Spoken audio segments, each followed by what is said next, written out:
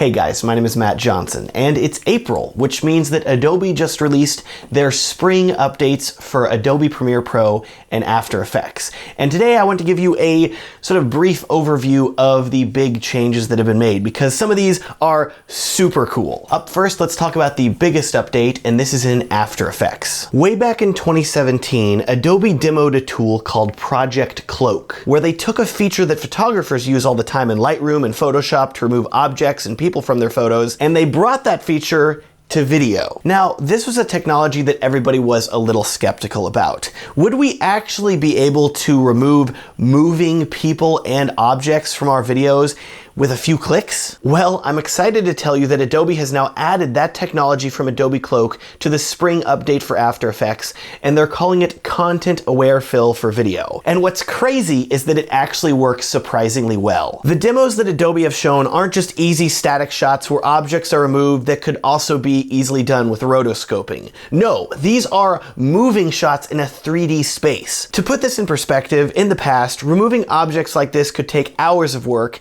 if someone that isn't trained on how to do it could do it at all. Now, anyone can do it with a few clicks. This is all pretty dang ridiculous, and I'm looking forward to trying it out myself.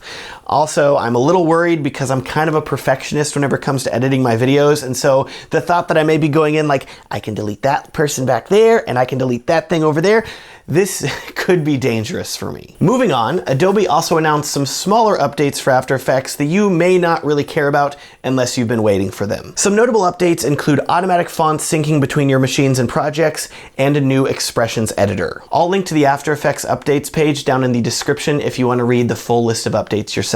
Let's move on to the updates for Premiere Pro. Okay, I'm gonna tell you right now that there are bigger updates that Adobe has been pushing, but there is one update that I have been waiting for so long that has me so excited. And this is an update that whenever I tell you, you're gonna be questioning, wait, that wasn't in Premiere before? With this spring update, Adobe has finally added a ruler, grids, and guidelines to Premiere Pro. Yes, this is a feature that most people are shocked wasn't included already. It's been in Photoshop forever. Well, finally it's here in Premiere Pro as well. Why is this so exciting? Because whenever I am editing my drone footage, I'm always wanting to make sure that my horizon is perfectly level. But up until this point, I've always just kind of had to eyeball it and hope that it was level.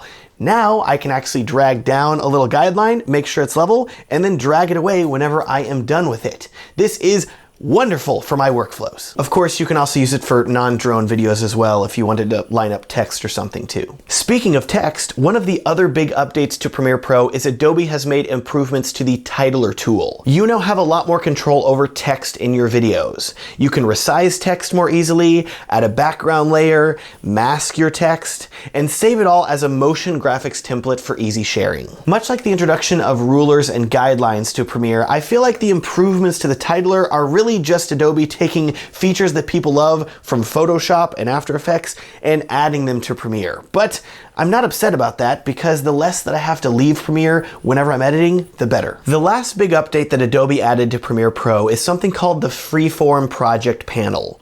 Instead of being stuck with viewing your footage by its title or in a grid with stills, you can now look at your footage like a storyboard, where you can drag and drop clips, stack them, add colors and labels, and assemble a rough cut of your footage before you even drop it into the timeline. Now, I haven't edited this way before, but if you are a visual editor that loves storyboarding your videos, you may end up loving this feature. Of course, there are smaller updates to Premiere Pro as well, including support for hardware decoding of 10-bit footage. Yes, if you shoot in 10-bit on the Panasonic GH5, or if you use one of the newer DJI drones that shoots in H.265, 10-bit, I'm hoping you are going to see a big jump in smoothness when editing that footage. Adobe says they've also sped up mask tracking for faster color grading and effects in Premiere, so hopefully we'll see a speed improvement there as well. Those are the big updates to Premiere that jumped out at me. Just like with After Effects, if you want to see the full list of changes, I will link to it down in the video description. Also, as a side note here, if you are still on the 2018 version of Premiere Pro CC,